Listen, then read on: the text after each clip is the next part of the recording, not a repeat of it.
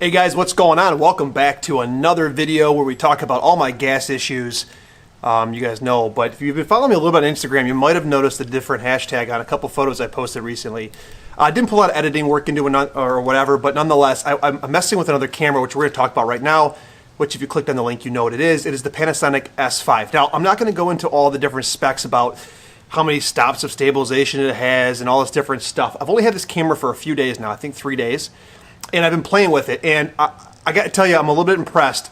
But I've actually always been really impressed with Panasonic cameras, their ergonomics. I love my G9 when I had it. I love the flip screen. I love what they give you in terms of value for video output. The S5 is no different here by any means. But I've always kind of moved away from them because of the autofocus issues. And you guys have seen a lot about the autofocus issues online and on YouTube. So I want to do a couple things right now in a fairly common situation that I would use this camera for to explain or kind of show you guys how bad or how good the autofocus is and stabilization is in video. So just to kind of set things up, I'm recording on the kit lens that comes with it, the 20-60 f3.5 to 5.6. Actually fairly surprised with how good that lens performs. It's not real fast, so you're not going to get a bunch of bokeh, but it actually is a fairly sharp lens for a cheap kit lens, and I like it. I'll tell you, the S5, the ergonomics are great. I got the flip screen over here. I'm looking at that.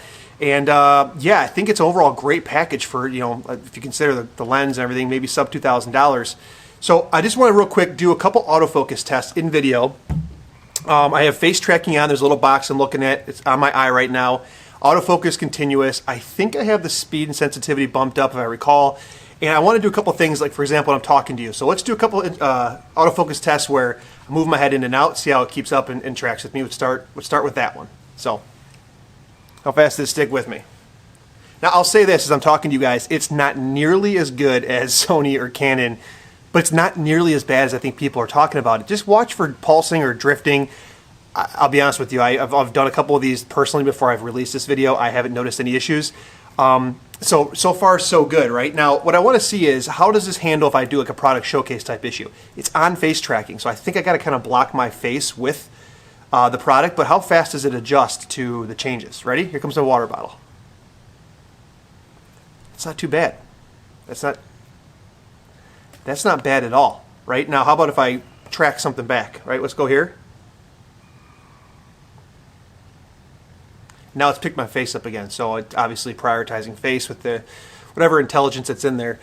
Same thing here. How about something I'm holding up like this? We'll grab the Fuji, the X100T. Oh, guys, look at, there's the label, X100T. Boom, my face. I show you guys this because I think Panasonic has done a lot better job with this S5 in closing the gap versus the phase detection systems. Now, don't get me wrong, it is not Sony good. It is not Canon good. I would even say it's Fuji good, but it's good. So take that for what it is. Hopefully, reviewing this in post, I'm watching myself on the screen. I'm not making myself look like an idiot. But let's shut this down for 1 second, and let's grab the camera and do a quick walking test down the street to see how it is with the stabilization and how, if I get some backlit situations, how it handles me, and again, going away from the camera and back onto my face. All right, 1 second. Okay, so I am now walking off of my porch. Again, 20 millimeters wide. I'm holding this with a bent arm, so I'm not super close, f3.5, and we're going down my stairs. We're going for a little walk right here, and the sun is going to be right over my shoulder here as I turn. Super backlit. Now, in the past, this situation right here would make Panasonic cameras kind of hunt. And I'm looking at myself in the screen. I look pretty good. And I got to appreciate the extra 4 millimeters of lens width they give us, or focal width they give us on this kit lens. 20 millimeters is pretty great. This is actually a pretty great camera. Now, let me bounce back and forth. Let me do a little product showcase. Again, not bad. Not bad at all.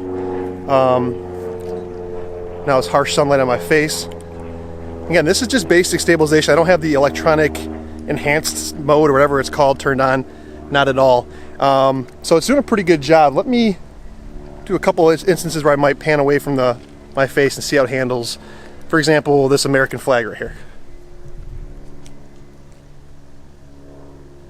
That was probably a really terrible example.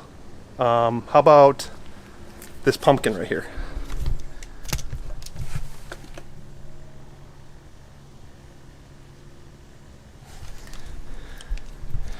Not too bad. Had to deal with the exposure change and a focus change.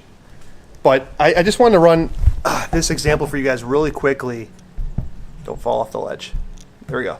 And show you guys, just in real world, how bad the autofocus is or it isn't. I think it's actually pretty good. And to be honest with you, this is on firmware 1.0 still, so they're going to continue to upgrade this, I believe. I think it's a good camera.